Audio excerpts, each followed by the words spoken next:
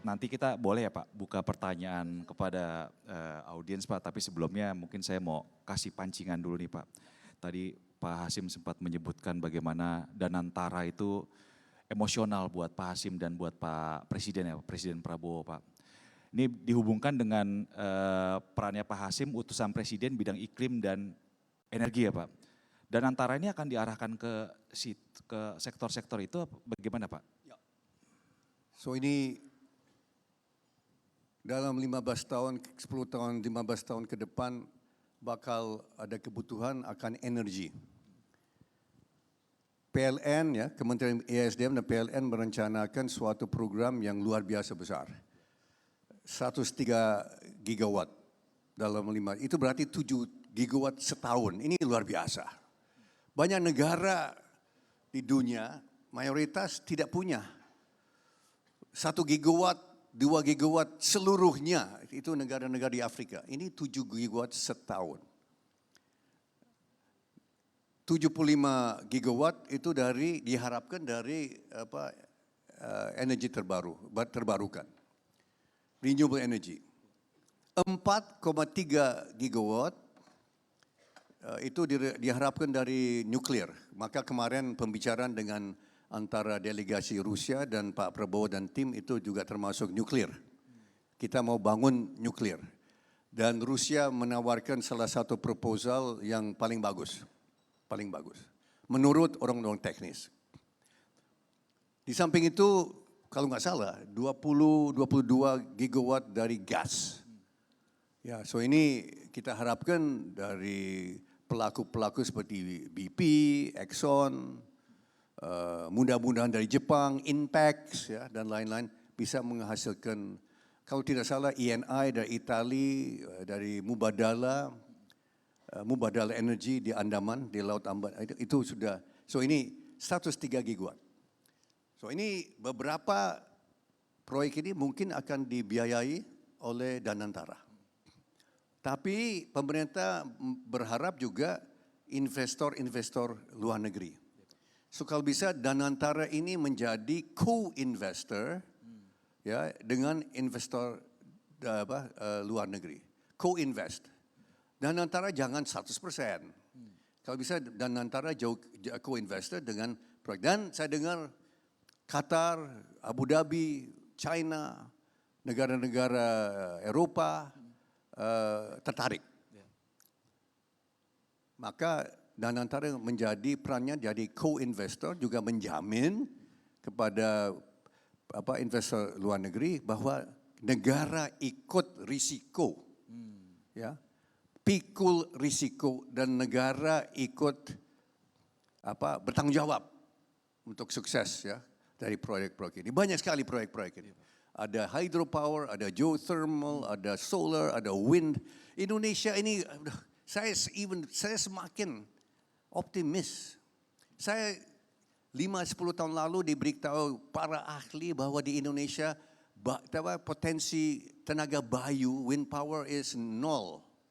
Ini 5 tahun, 10 tahun. Sekarang saya diberitahu oleh para ahli bahwa di Pulau Jawa dan Pulau Bali saja potensi tenaga bayu itu 55 gigawatt. Di Pulau Jawa dan Bali saja, belum termasuk yang lain-lain, itu 15 gigawatt onshore di darat, 40 gigawatt offshore. Luar biasa. Ya, saya semakin optimis. Indonesia ini bakal jadi, we will be a superpower tanpa senjata nuklir, Pak Khairul ya, Pak Sete. We will be a superpower, economic superpower ya. Ini luar biasa. Prospek untuk anak saya, cucu saya, cicit saya. Ya, I wish I could live longer ya, Pak Cete ya. I wish I could live longer to see the day. Iya Pak. Silakan Pak kalau mau ngopi dulu Pak. Iya Pak. Pak di sini juga kan kalau kita lihat ada CEO perusahaan tambang nih Pak. Ada Pak Tony dari Freeport, Pak Arsal dari PTBA, ada juga dari Antam. Ini kan tadi Bapak sudah sebut-sebut soal hilirisasi Pak. Ini kan pemerintahan baru ini seperti apa sih Pak roadmap-nya buat hilirisasi, terus bagaimana hubungannya dengan pertumbuhan ekonomi 8%, lalu bagaimana buat meningkatkan, mengundang investasi-investasi, kalau tadi Bapak bilang investasi luar nggak mau, kita sendiri mau siap bangun hilirisasi Pak. Mungkin bisa didetailin buat teman-teman ini gimana Pak? Oke, saya kira saya lihat Pak Tony kan copper and gold ya. Pak Arsal ya, Batu bara, dari batu bara. Ya begini ya, batu bara sebetulnya masih bisa hidup lama sekali Pak. Saya kira you're not a dying industry. Kenapa? Ini kenapa? Mungkin saya sebagai utusan khusus mungkin tidak terlalu apa ya, PC. Orang Amerika bilang PC, politically correct. Semua berbau batu bara itu jelek. Ya haram. Saya beda pendapat. Karena ada teknologi baru, mungkin Bapak sudah tahu. Ada namanya CCS. Ya, CCS itu apa? Carbon Capture and Storage. Saya belajar, ini saya terus terang saya juga seorang pelajar. Saya mahasiswa juga ini, agak cukup tua ini, tapi ya guru saya adalah siapa? Chief Executive Exxon, Chief Executive of BP, Chief Executive, ada banyak yang jadi guru saya. Saya baru tahu CCS Pak.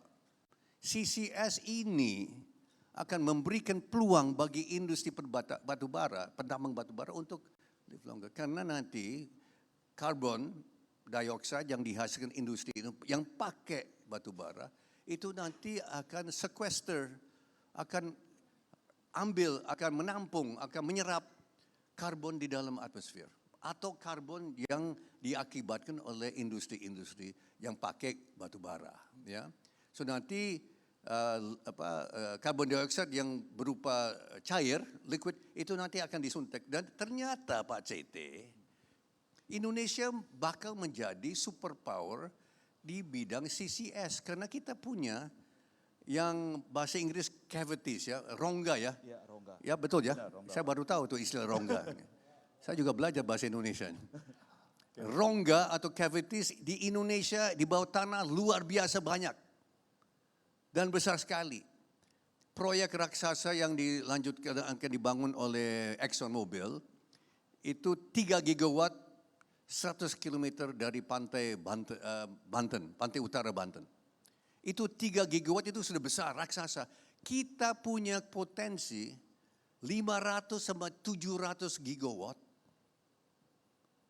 untuk menampung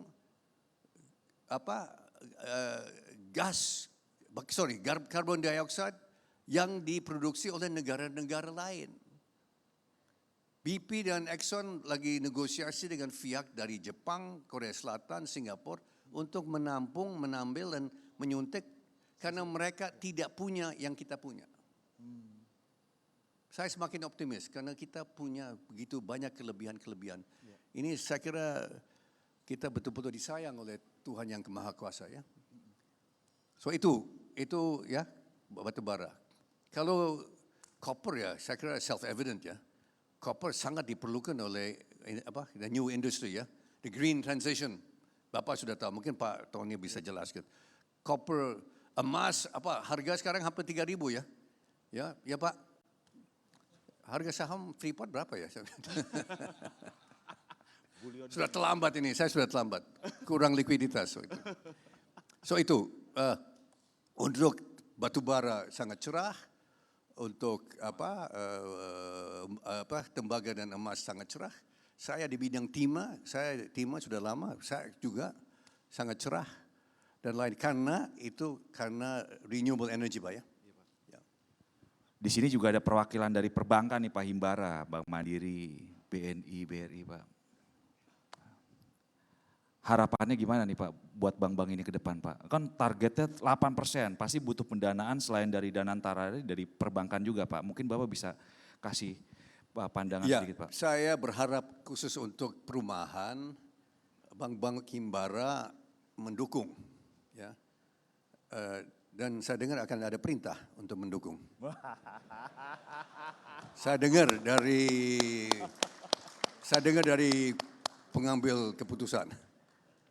Harus dukung ya. karena ini untuk menyangkut, ini untuk perumahan sosial. Ini middle class and ke bawah. Ya. Ini untuk rakyat dan ini bagian dari sumpah Pak Prabowo untuk mengentaskan kemiskinan. This is poverty reduction dan poverty alleviation, ya, dan poverty eradication. Kita berantas poverty. Kita berikan rumah-rumah yang layak huni kepada rakyat kita yang puluhan juta, ratusan juta, ya, 37 juta rumah, tempat kali 45 suami istri dan anak itu sudah 180 juta. Yang kita itu legacy yang Pak Prabowo mau wariskan, berikan, ya, pimpin nasional berikan rumah-rumah yang layak huni kepada. Karena kenapa? Saya juga belajar dari kita dalami stunting. Stunting bukan hanya makanan kurang bergizi, ya, bukan.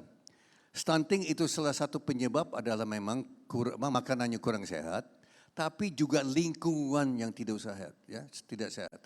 Apa maksudnya? Lingkungan tidak sehat. Kalau anak-anak kita tinggal di tempat kumuh, tinggal di desa-desa yang tidak ada air bersih, tidak ada lantai yang berupa tegel, ya, itu dari tanah, kan ada cacing, ada bakteri, ada virus yang nanti mencemari dan mengganggu lambung dan perut dari anak-anak kita dan cucu-cucu kita. Ini menyebabkan juga stunting, ya. So kombinasi kurang gizi dan juga lingkungan yang tidak ramah, ya, lingkungannya tidak ramah, berarti ini ada menyebabkan stunting yang besar. Dan Indonesia 25%, saat ini 25% anak-anak kita. Ini saya mau menanggapi, ya. Saya baca netizen, makan gratis, kita perlu, bukan hanya makan gratis, kita tidak perlu makan gratis. Ada yang bilang, kita perlu pekerjaan. Kita perlu pekerjaan. Kita perlu pendidikan gratis. Maaf, ya, ini Presiden Prabowo bukan hanya makanan gratis, perumahan akan menciptakan pekerjaan, ya. Makanan gratis juga, saya sudah buktikan, kan. Dari 30.000 ini dapur 1,5 juta pegawai. Tapi ini juga mendukung pengusaha-pengusaha menengah dan kecil. Ini juga menumbuhkan pekerjaan, ya. Perumahan kita sudah hitung 2 juta rumah di desa itu akan menciptakan 4-5 juta pekerjaan baru setiap tahun tetap. 4-5 juta. Pekerjaan baru yang saat ini tidak ada, ya. Pekerja-pekerja ini jangan nanti perlu makanan, kan. Mereka nanti akan beli makanan dari mana? Dari warung-warung, dari emak-emak, dari pedagang-pedagang kecil. Ini juga menumbuhkan growth, ya. Terus Pak Prabowo mau kembangkan pendidikan, maka ada seorang wakil menteri, ya, Stella Christie, yang diambil dari luar negeri untuk merancang dan melaksanakan program untuk pendidikan tinggi, ya. So ini it's not one or the other, it's everything, ya. So saya kira waktu itu mahasiswa itu terpancing dengan disinformation, Pak CT. Beasiswa akan dikurangi, ya. Prabowo, ada yang bilang Prabowo makhluk berkaki 4, saya baca itu juga. Ya, Prabowo berkaki 4. Ada begitu. Ya, ini kan disinformation, kan, disinformation. So saya kira Pak optimis, Pak. Makasih, Pak. Kita berikan tepuk tangan buat Pak Hasyim. Sebelumnya saya izin, ya, Pak, buka daftar pertanyaan. Bapak boleh silakan mau nyeruput kopi dulu. Mungkin ada yang mau bertanya, silakan. Pak Didi dari Indef, silakan. Mungkin ada teman-teman yang bisa ngasih. Siap, saya turun aja.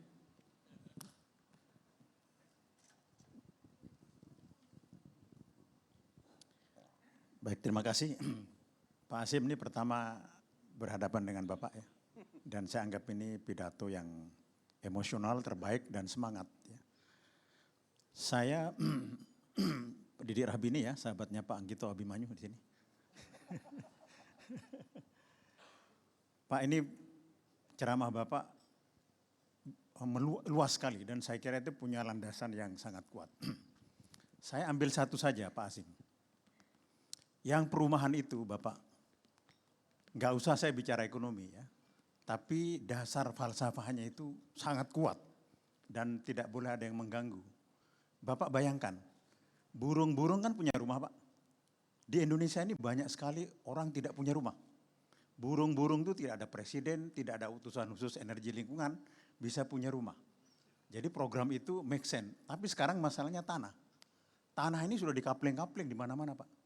Sudah luar biasa Bapak akan kesulitan ya. Tetapi kalau Bapak lihat di jalan tol Pak, kanan kirinya kan banyak situ. Atau kereta api, itu banyak sekali tersedia tanah milik negara ya. Tapi yang sebenarnya paling penting Pak Hasim, itu satu perumahan ya. Yang kedua yang paling penting, program Bapak ini sebenarnya mirip sedikit tidak sama dengan Marshall Plan atau Dodge Plan seperti Jepang. Yang itu hancur, ini kan Bapak ingin memperbaiki daerah-daerah yang punya masalah ya.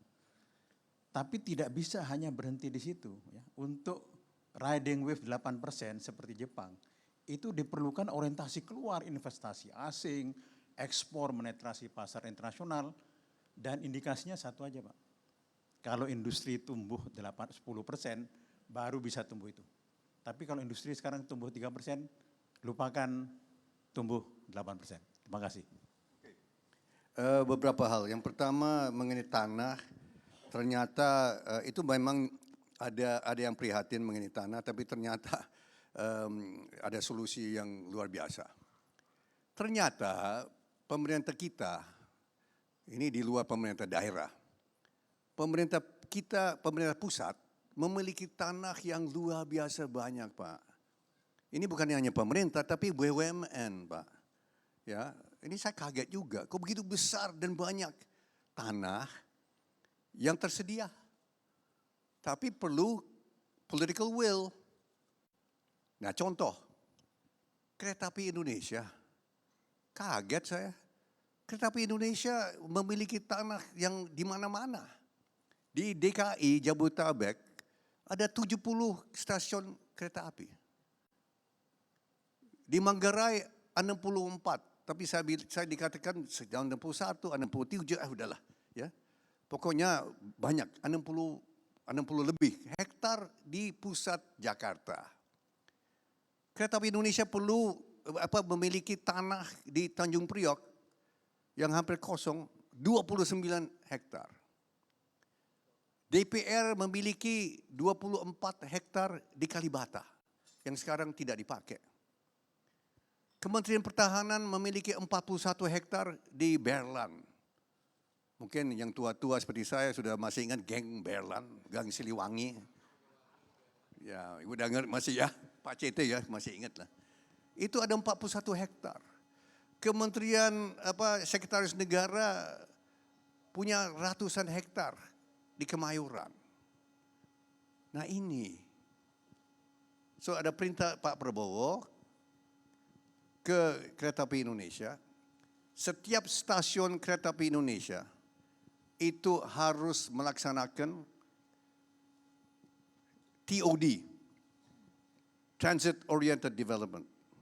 Ini bukan hal baru, ini kita nyontek aja lah negara-negara kan. Buat apa kita pusing-pusing nyontek yang contoh bagus. Di Jepang, di Hong Kong, di China sudah biasa itu. Ya, Pak CT di atas stasiun di Shibuya Station di Tokyo, bangun ke atas. Bangun ke atas. Nah, tapi ada syarat. Semua ini adalah untuk rakyat kita kelas menengah ke bawah. Ke atas tidak perlu. Pak Didi. Ke atas tidak perlu intervensi atau bantuan. Kan sudah yang kaya-kaya seperti Pak CT saya, kita nggak perlu bantuan pemerintah kan Pak. Hanya Bank Mega saja kan yang bisa bantu kan. Atau dari Mbak Sandra aja kan mungkin dari bantu di. Ya Bapak bisa ngerti ya. Dan itu adalah di tempat-tempat lain di Semarang juga demikian, di Surabaya demikian, di mana-mana demikian pemerintah pusat Kereta Api Indonesia dan lain-lain, Pertamina, ya, PGN, banyak, PLN, apalagi Perumnas. Nah ini Pak Nusron Wahid, Menteri ATR, dia sudah bikin land bank, dia sudah bikin daftar. Tanah ada Pak, tanah ada, tapi khusus menengah ke bawah. Untuk orang kaya, orang sugih itu, uang sugih, udah. Itu untuk developer, ya, Agung Podomoro mungkin, ya, Agung Sedayu. Mereka nggak perlu bantuan kita, ya. Mereka tidak perlu bantuan kita. So saya kira itu Pak ya untuk pertama. Yang kedua, komentar Bapak itu apa yang kedua tadi? Soal industri Pak. Yes. Oke, ya, no. Kita tidak mau tergantung semuanya ke investor asing. Kita akan menciptakan iklim yang kondusif untuk kita bersaing sama Vietnam atau Thailand, dan kemudian kita menarik investor di Indonesia. Contoh ya, saya ketemu dengan Toyota beberapa kali. Mereka minta saya melobi pemerintah. Ya. Saya bilang saya bukan agen, saya bukan makelar, saya bukan broker, saya tidak mau. Tapi mereka bilang begini, Mr. Hashim, Toyota memiliki 300.000 keluarga yang tergantung Toyota. 150.000 dapat gaji langsung dari Toyota. Ini bukan promosi Toyota ya. Saya bukan pemegang saham Toyota ya. Tapi 150.000 yang dapat gaji upah tiap bulan dari Toyota. 150.000 itu adalah karyawan dan pegawai dari supplier Toyota. Mereka bilang kami akan investasi di Indonesia. Tapi dan jumlahnya besar, 2 miliar dolar Pak. Hampir 2 miliar dolar. Asalkan persyaratan-persyaratan yang menghambat kami, dia bilang, itu kita bisa. Dan apa? Saya bertanya apa? Pak, pemasok Jepang, perusahaan Jepang itu dikenakan biaya masuk 11%. China dikenakan 0%. Tapi itu saya jawab, ya 0% kan itu kan EVs. Di seluruh dunia EVs dapat subsidi. Ya, bukannya Indonesia, semua lebih mendahului kita. Saya kira wajar dong. Ya, tapi perusahaan Jepang tidak percaya dengan EVs. Mereka lebih banyak untuk hybrid atau hydrogen ya Pak Cete ya. Tapi mereka bilang, Mr. Hashim, kalau kita diberikan kesempatan di Thailand untuk dapat lebih banyak kemudahan. Ya kalau begitu mereka nanti dari 300.000 ya, orang kan bisa berkurang. Bisa berkurang nanti PHK di Indonesia. Maka saya termotivasi Pak untuk bantu. Dan alhamdulillah pemerintah mendengar saya dan bisa dikurangi. Ya. Dan saya tidak dapat ya demi Allah, demi Kristus, saya tidak dapat apa-apa dari Toyota ya. Dari Toyota, saya tidak. Tapi motivasi saya adalah untuk yang 300.000 keluarga. Itu 1,8 juta sampai 2 juta jiwa Indonesia tergantung mereka. Betul nggak? Dan mereka bilang mereka ekspor ke 80 negara Pak. Termasuk Meksiko. Terus saya bilang, mereka bilang ya masih sedikit. Kenapa? Karena tidak ada free trade agreement. So saya akan bantu. Saya bilang saya akan bantu untuk menciptakan free trade agreement dengan Meksiko. Ya. Saya tidak minta apa-apa. Ini 300.000 keluarga, itu mereka yang tergantung. Nah ini, why do I mention that? Karena ini yang banyak investor-investor yang kita perlu bantu kan. Dan Toyota sudah berjanji, mereka berjanji ke saya, mereka mau menjadikan Indonesia jadi global hub for the global south. Indonesia jadi manufacturing base untuk Toyota, untuk seluruh dunia yang termasuk yang 80 negara. Luar biasa kan Pak? So kita bantu untuk berikan kemudahan-kemudahan yang wajar. Kan begitu Pak? So saya bisa bantu karena saya punya kedekatan kan. Akhirnya setelah 20 tahun setelah 20 tahun oposisi, bisa menciptakan cita-cita orang tua kami. Ya, almarhum Sumito Jahadikusumo, yang guru Pak Anggito. Saya optimis Pak, FDI is going to come. FDI is going to come. China, aduh, itu sudah antri mau investasi di Indonesia ya. Mereka mau pakai Indonesia jadi manufacturing hub karena China bukan low cost lagi Pak Didi. China bukan low cost lagi dan Indonesia kita nggak punya musuh, ya.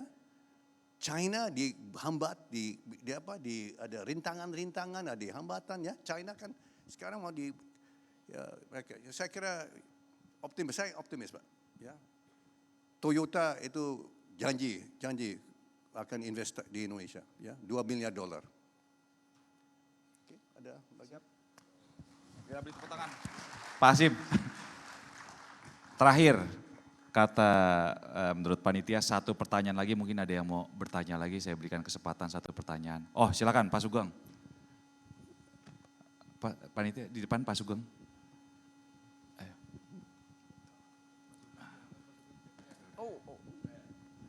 Pak Sugeng, Siap Pak Hasim. teman lama. Ini kalau udah siap.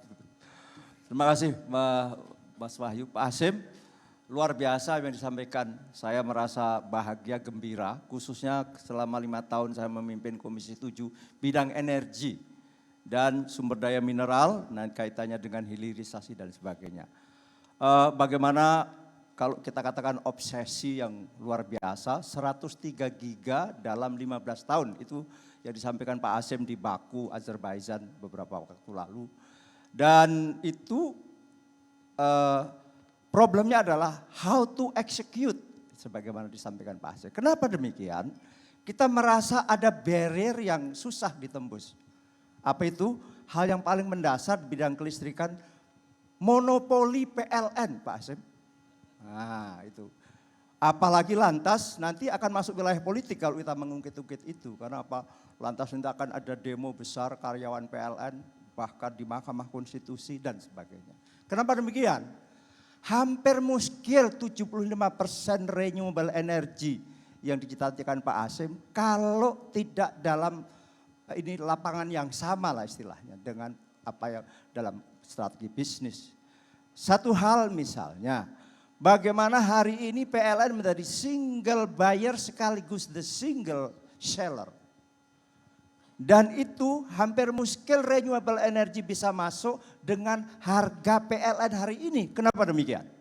Kebetulan kamilah yang waktu itu memutuskan dan itu juga ada di Undang-Undang nomor 3 tahun 2002 tentang DMO dan sekaligus DPO, Domestic Market Obligation untuk batu bara, sekaligus Domestic Price Obligation. Saya kira Pak Hasim tahu karena Pak Hasim juga mengelola Python, masih Pak Hasim ya? Oh sudah enggak. Ya, jadi Pak Hasim, listrik PLN pasti murah karena disubsidi di hulunya. Dan oke, itu adalah salah satu amanah konstitusi. Bumi, air, kekayaan terkandung di dalamnya dikuasai oleh negara sebesar-besarnya kemakmuran rakyat. Maka 25% produksi batu bara yang tahun 2024 kemarin total 870 juta ton adalah wajib hukumnya untuk dalam negeri. Bahkan lantas diikat untuk PLN ada DPO Domestic Price Obligation yakni $70 per ton. Maka harga per kilowatt jam PLN sekarang murah sekali. Kenapa demikian? Karena dari 75,5 gigawatt yang dikelola oleh PLN itu 67% adalah PLTU batu bara. Maka murah sekali, 4 sen dolar saja per kilowatt jam harga PLN. Bagaimana renewable energy bisa masuk yang apalagi tadi bicara tentang wind sekarang ada contoh kita di Sulawesi itu adalah 11 sen dolar bisa masuk PLN dengan catatan adalah BOT dengan metode BOT dan sebagainya. Intinya Pak Hasim harus ada kepastian hukum sekaligus kepastian usaha bagi renewable energy kalau mau masuk. Salah satunya sebetulnya sudah kita jembatani melalui Undang-Undang Energi Baru, Energi Terbarukan. Di mana ada konsep namanya power wheeling. Di mana ditolak oleh PLN pasti. Karena Ditolak Presiden Prabowo. Oh, ditolak juga oleh Presiden Prabowo. Nah, tanpa power wheeling tampaknya berat di sektor usaha. Makanya kita ingin mendengar skema tanpa power wheeling itu apa, begitu loh. Supaya karena di Kadin misalnya dengan kami bicara juga menghendaki power wheeling semacam itu. Oke, ya itulah pertanyaan-pertanyaan yang cukup mendasar kami di Komisi 12 hari ini yang tentang regulasi. Nah, kedua adalah membangun PLTN nuklir. Oke, 4,3 giga, ada dua pendekatan, mau SMR, mau nuklir tapak. Tetapi Pak Hasim, nuklir tapak itu efisinya saja, ini artinya sudah selesai persoalan FS-nya dan sebagainya, itu adalah paling cepat 12 tahun. Sedangkan hari ini, mohon maaf, ya ditentukan tapaknya di mana saja belum gitu loh. Ini memerlukan kecepatan. Karena secara umum kami di Komisi 12 dan saya secara pribadi sangat setuju kenapa listrik untuk tumbuh energi saya kira sangat penting. Apalagi Indonesia sekarang masih sangat rendah konsumsi per kapita, baru kurang lebih 1.400 kilowatt jam saja. Compare with the other country di ASEAN saja kita termasuk rendah. Nah, inilah problem-problem struktural kita yang harus kita ada breakthrough Pak Hasim. Kalau tidak saya kira macet nanti segala sesuatunya tidak bisa bagaimana kita harapkan. Terima kasih Pak Hasim. Ya, Baik Pak. silakan. Ya, saya kira pertanyaan bagus sekali dan komentar bagus sekali. Tapi saya kira kita beda pendapat mungkin, boleh. So saya kira begini Pak, pemerintah tetap percaya bahwa harus ada pemerintah negara yang jadi pengendali. Ya. Maka peran dari PLN itu tetap dipertahankan. Ya. Diperkirakan kalau nanti dibuka lebar, yang ini kita bukan anti asing ya, kita menyambut dan sangat menyambut baik peran dari asing. Tapi kalau dibuka dan power wheeling, ya ini yang saya dengar dari pemerintah, kalau dihapus, ini nanti bisa Wild West, ya. Dan ini bisa banyak sektor estek kita bisa didominasi oleh pihak-pihak yang non Indonesia, ya. So di sini pertimbangan dari Presiden bahwa tetap negara harus tetap pengendali dan selama dia Presiden negara tetap pengendali, Pak. So itu pertimbangannya, ya. Dan saya kira PLN, karena PLN adalah instrumen dari negara kita, di mana kredit rating kita sangat bagus. Saya ketemu dengan bankir-bankir asing, semua puji-puji kita, ya. Dibanding banyak negara-negara lain, our credit ratings termasuk ya excellent lah, ya. Kalau tidak salah A minus ya. Nah, karena PLN adalah alat dari pemerintah kita, dengan PPA ya yang jadi dasar hukum kerjasama dengan pihak investor, itu adalah suatu jaminan loh Pak. Kita dianggap bankable, ya. Kalau sudah ada PPA, saya kira Bu Sandra sudah pasti mau kasih kredit. Atau dari mana? Ada BNI atau BRI atau siapa? Pastikan dengan PPA, pastikan. Ya enggak? So ini maaf, power wheeling ditolak, tetap negara melalui PLN adalah pengendali. Ya. Nah itu saya kira pertama, dan saya optimis banyak yang mau invest. Banyak Pak. Qatar, Abu Dhabi, ada semua mau investasi di Indonesia. Indonesia dianggap betul-betul safe haven. Yeah, we are a safe haven. We are oasis of tranquility. Teduh, tempat yang teduh. Oke, yang kedua mengenai nuklir. Ya saya tahu sedikit lah Pak. Not bad lah. Saya sudah tahu itu Pak. Nah, memang China sudah katakan ini China yang paling cepat ternyata. Mereka perlu 140 bulan Pak. Sejak tanda tangan, baru commissioning 12 tahun. Itu betul. Maka kita harus mulai segera. Dan kalau tidak salah, Pak Prabowo sudah putuskan nuklir segera. Mungkin tahun ini sudah the first ones. Kemarin dengan Rusia Pak, Rosatom, ya Rosatom, China, Amerika, NuScale, banyak yang menawarkan. Dan kita nanti menjadi pasar besar, bukan pasar kecil, kita jadi pasar besar untuk tenaga nuklir. 4,3, saya kira Bapak sudah tahu, tempatkan dari RUPTL yang masih di ini. So saya kira itu betul, tapi harus segera Pak, harus segera ya. Dan tempat-tempatnya ya belum ditentukan dan belum boleh diumumkan. Ya Bapak mengertilah kenapa ya. Harga tanah bisa naik. Ya. So ini yang banyak pertimbangan-pertimbangan. Tapi saya tetap optimis Pak. Tapi saya kira bagus kita ada debat seperti ini. Ya saya tahu mengenai power wheeling banyak yang ini. Ya power wheeling banyak konglomerat yang minta power wheeling yang saya tahu ya. So ini Pak Prabowo sudah putuskan tidak, negara jadi tetap pengendali. Saya kira begitu ya. Terima kasih banyak Pak Hasim, kita berikan tepuk tangan Pak.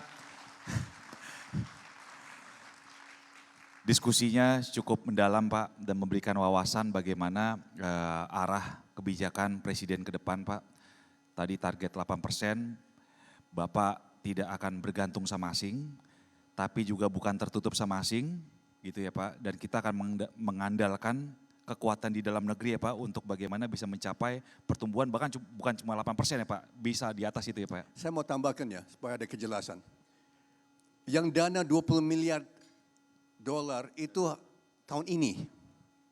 Tahun depan Pak Prabowo dan pemerintah optimis ada tambahan 20 miliar lagi.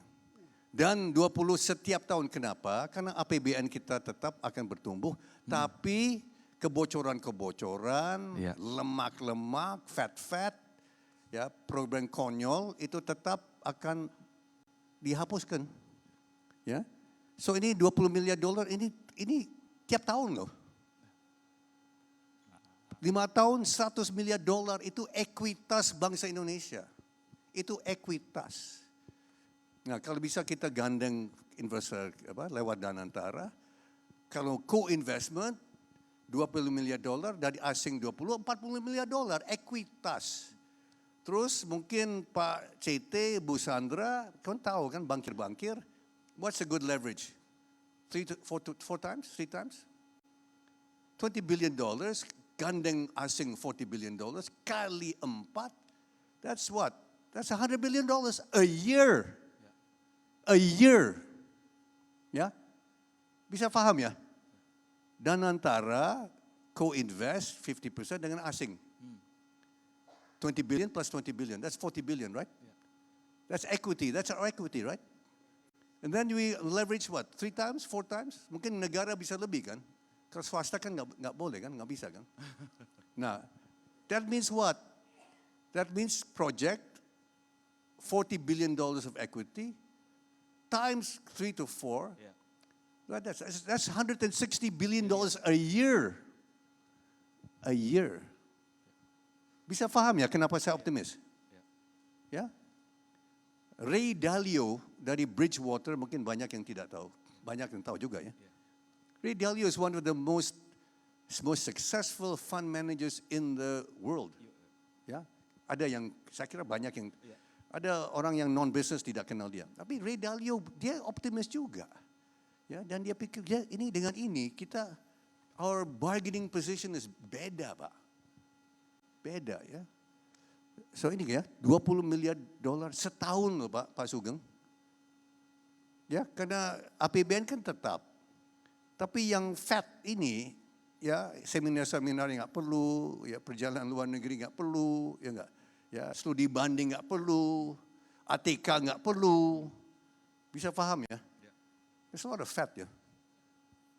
Ternyata di Amerika juga demikian Pak. Di Amerika juga demikian. Ya di sana lain, beda ya. LGBT, transgender banyak. Tapi ini, so saya kira semakin optimis Pak. Ya Pak Sugeng. So kita, ya. Siapa? Tepuk tangan, ini menjadi pengantar yang menarik nanti Pak buat diskusi selanjutnya dengan Wakil Menteri Keuangan soal $20 billion a year. Terus menghilangkan fat di anggaran, mungkin nanti bisa kita tanyakan ke Wakil Menteri Keuangan langsung nanti di seksi selanjutnya Pak. Terima kasih banyak. Oke, mungkin ada satu ya, karena ini kita jarang ada kesempatan. Masih ada waktu? Boleh Pak. Oke. Ini ada satu hal baru, ya. Ini ada program peningkatan revenue ratio kita. Ini belum dibicarakan. Revenue ratio kita akan segera ditingkatkan. Program ini dipimpin Pak Anggito Abimanyu. Target kita, nah saya mau jelaskan karena ini ada yang kurang ngerti. Target kita adalah sama kita mengacu kepada revenue ratio Cambodia. Itu 18% menurut Bank Dunia. Nanti kita target 23%. Itu Vietnam. Bank Dunia, saya sudah ketemu Bank Dunia 7 kali. Saya sendiri dengan tim. Mereka katakan itu sangat mungkin Indonesia sama dengan Kambodia. 18%. Nah, maknanya apa? Dampaknya apa? Indonesia tahun ini, pemerintah kita mengharapkan revenue ratio itu 12,1%.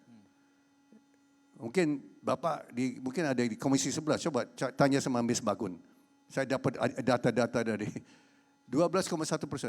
Berarti apa? Kalau kita bisa 18% dan Bank Dunia bilang kita bisa, berarti ada tambahan revenue penerimaan negara $60 miliar per tahun. Berarti apa? 900 triliun per tahun tambahan. Ya. Dan itu sangat mungkin. Nah, ini satu hal yang saya mau jelaskan. Ini bukan tarif pajak. Wah, saya dapat ini, Pak, waduh, kasihan rakyat. Nanti Pak Hashim atau pemerintah mau tambah jadi 18%. Bukan.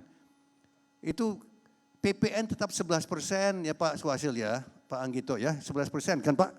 Kecuali kapal pesiar dan pesawat pribadi Pak CT. Pak CT dan saya mau beli pesawat pribadi, kita pernah kan, kita pembeli pesawat kan, kita harus bayar 12% Pak CT. Tapi yang mau beli sepeda 11%, kan begitu Pak. Ini ternyata banyak rakyat kita, saya dimarahin. Ya Pak, saya dimarahin. Pak Hashim kok 18%, kasihan rakyat ini. Bukan itu Bu, seorang ibu. Bu, bukan ibu, saya harus jelaskan ini panjang BA saya, kasihan rakyat. Bukan, PPN tetap 11%, ya, PPH 35%, untuk perseroan kan 22%, itu tetap. Mudah-mudahan insya Allah kita bisa kurangi ya Pak CT. Ya enggak ya? Kalau bisa 22 jadi 20, jadi 18 ya Pak CT ya. Kita kan pengusaha. Ya Pak Anggito ya. Nanti tinggal Pak CT bisik-bisik sama temannya Pak Anggito. Kalau bisa. Tapi bukan itu. Ternyata begini. Ternyata menurut Bank Dunia juga ya.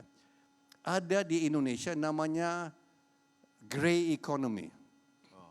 Dulu ya maaf, ini sekarang kan zaman PC, politically correct. Dulu kan orang bilang black market. Black economy Pak Anggito. Tapi sekarang bilang black itu enggak boleh. Rasis. Grey jadi Pak ya. Kita nanti juluki orang rasis Pak. Maka sekarang grey economy ya. Betul Pak ya? Shadow economy, mungkin lebih bagus lagi. Shadow economy. Shadow economy, black economy, grey economy. Tahu Bapak? 25 sampai 30%. Berarti apa? Kita tercatat ekonomi nomor 16 di dunia, 22.000 triliun. Itu sebetulnya semu. Ekonomi kita ternyata jauh lebih besar. Saya jelaskan ke Pak Prabowo beberapa hari yang lalu, dia kaget juga.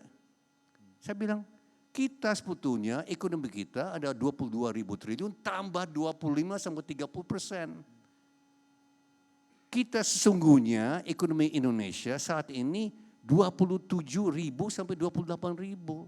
tapi 25% tidak tercatat. Karena ada yang nakal, tapi yang banyak yang tidak punya rekening bank, Pak. Rakyat kita banyak tidak ada rekening bank. Maka ini kesempatan untuk Ibu Chandra sama Pak CT. Rakyat kita 30% yang masuk buka rekening bank.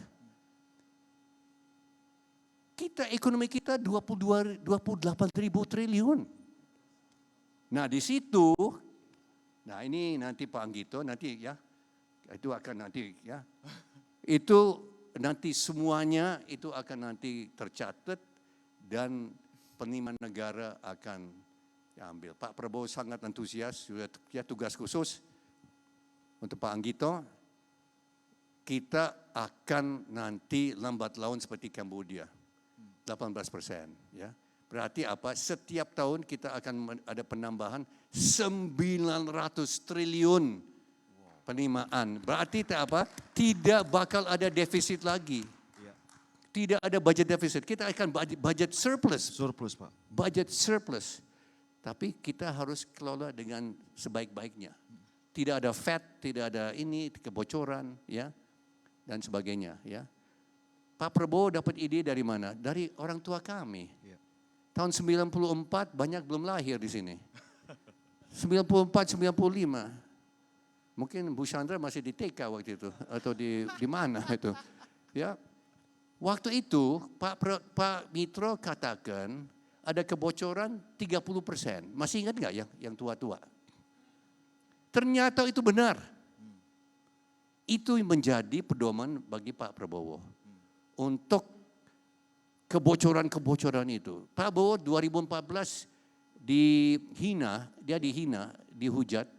Prabocor, mungkin ada yang ingat nggak? Prabocor, Prabowo, karena Prabowo ngomong buat kebocoran. Prabowo sudah ngomong sudah 10 tahun lebih kebocoran. Dan dijadikan prabocor. Sekarang dia presiden. Dan dia mau menutup yang kebocoran itu ya. Dan yang pertama, langkah pertama 306T, tapi beasiswa tetap, pendidikan tetap, jangan ragu-ragu, jangan khawatir. Jangan cemas. Oke? Ya, siap. Terima kasih. Kita beri tepuk tangan sekali lagi buat Pak Hasim. Terima kasih Pak Hasim. Semoga diskusi tadi bermanfaat bagi kita semua dan menjadi pengantar yang menarik nanti buat Bapak Wakil Menteri Keuangan untuk diskusi selanjutnya. Kita kembalikan ke host, silakan.